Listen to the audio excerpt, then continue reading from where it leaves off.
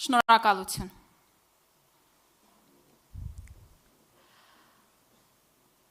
Գոր Գարիկի Հակոբյան, Էդգար Արմենի Մանուկյան, Արմեն Վահանի Հովանիսյան, Սամվել Գագիկի Ավետիսյան։ Այսօր այս տղաների ծնունդն է, այս հերոս տղաների ծնունդն է։ Նրանք կարող էին լինել իրենց ընտանիքների հետ, բայց նախընտրել են հայրենիքը։ Ես առաջարկում եմ ծափահարություններով հիշել նրանց, ասել, որ իրենց գործը կիսատ է, մենք շարունակելու ենք։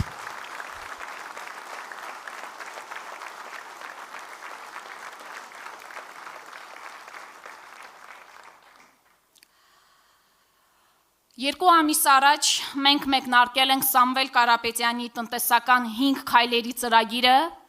որոնք որ իրապես հեղափոխական են լինելու Հայաստանի տնտեսության համար եւ որոնք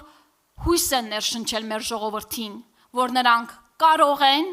եւ պետք է ապրեն արժանապատիվ եւ բարեկեցիկ կյանքով։ Այսօր ուժեղ Հայաստան կուսակցությունը ներկայացնելու է ուժեղ խաղաղություն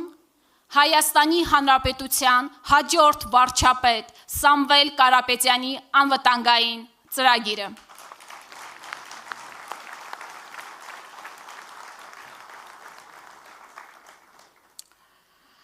Սիրելի հայրենակիցներ, դուք ինչպես այս սրահի նախամուտքում, այնպես էլ բեմի վրա կարող եք տեսնել նկարներ, որոնք որ ավելի քան խոսքեր կարող են նկարագրել այսօր մեր անվտանգային համակարգի թշվառ վիճակը, ինչպես նաև ուժեղ Հայաստան կուսակցության, ուժեղ Հայաստան կառուցելու տեսլականը։ Մենք այստեղ տեսնում ենք ավերում եւ կառուցում։ Ավերում ընդ որում ասեմ, սա Ստեփանակերտում իմ մորաքրոջ բնակարանն է, որտեղ որ սերունդներ են մեծացել։ Այսօր այդ շենքը չկա, հողին է հավասարեցվել, որովհետև Հայաստանում թույլ եւ Հայաստանի ազգային շահերը չսպասարկող իշխանություններ են։ Իսկ կողքի նկարը շատերը կհիշեն այսօրը, երբ ցնծություն էր Արցախում, որովհետև տարածաշրջանում ունիկալ հիվանդանոց կառուցվեց Սամվել Կարապետյանի կողմից եւ հազարավոր հայ զինվորներ իրենց կյանքը կարողացան փրկել այս հիվանդանոցում։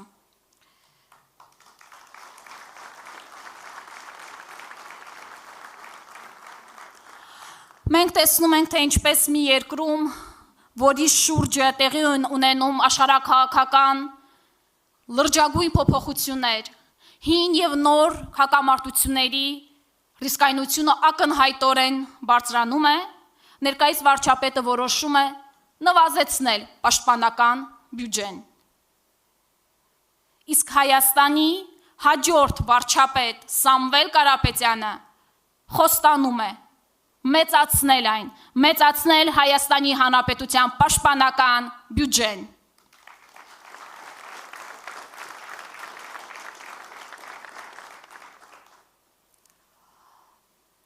Մյուս նկարը իհարկե գլուխգործոց է։ Մենք տեսնում ենք ձախ կողմից մեջտեղի նկարը, բառացիորեն քամուն տված 200 միլիոն ԱՄՆ դոլար, որոնց միջոցով գնվել են Su-30 կործանիչներ, որոնք սակայն չեն օգտագործվել պատերազմի ժամանակ, պատճառաբանելով, որ հրթիռները չկային։ Փաստացի այդքան գումարը տրվել է բացառապես սելֆիների համար, իսկ մենք առաջարկում ենք խելամիտ իրականացնել ծախսերը, պայմանական նույն այդ գումարով հնարավոր էր գնել բազմաթիվ հարվածային եւ հետախուզական ԱԹՍ-ներ, հակաօդային հրթիռներ եւ այլն, որոնք որ իրապես օգուտ կտային մեր բանակին։ Ինչպես սահմանին հաճախ եղածները կարող են փաստել այս նկարի իսկությունը, առաջին նկարի, ցավալի իսկությունը։ Մենք համոզված ենք, որ հայրենիքի անվտանգությունը սկսվում է սահմանների անխոցելիությունից, իսկ մեր սահմանները պետք է լինեն խելացի, ժամանակակից տեխնոլոգիաների և արհեստական բանականության ներդրման միջոցով Հայաստանի սահմանի յուրաքանչյուր մետրը շուրջօրյա պաշտպանված է լինելու։ Կստեղծվի ազգային անվտանգության կիբերանվտանգության ծառայություն, որը պաշտպանելու է Հայաստանի թվային ենթակառուցվածքները, կապի համակարգերը և ռազմավարական ցանցերը։ Կողքի նկարը, մեջտեղի։ Այս նկարը ինձ համար և համոզված եմ այստեղ գտնվող բոլորի համար ազգային խարանի պատկերումն է։ Այսօր Հայաստանի իշխանությունները լիովին հրաժարվել են մեր գերիների վերադարձի հարցի օրակարգից։ Իսկ Սամվել Կարապետյանը խոստանում է,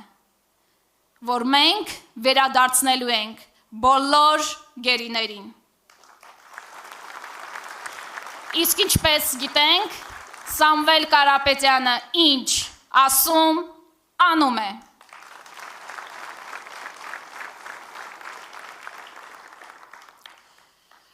Եվ վերջում, սա վերջի նկարը, սա իմ, ձեր, բոլորիս ազգային արժանապատվության ձախ կողմի նկարի մասին է խոսքը, արժանապատվության ոտնահարման նկար է։ Այս նկարին նայելիս ցանկացած հայ իրեն ստորացված, հուսալքված և թույլ է զգում։ Իսկ կողքին պատկերված է ուժեղ Հայաստանը, ուժեղ և նոր առաջնորդի գլխավորությամբ և պատերազմի հերոսի մասնակցությամբ։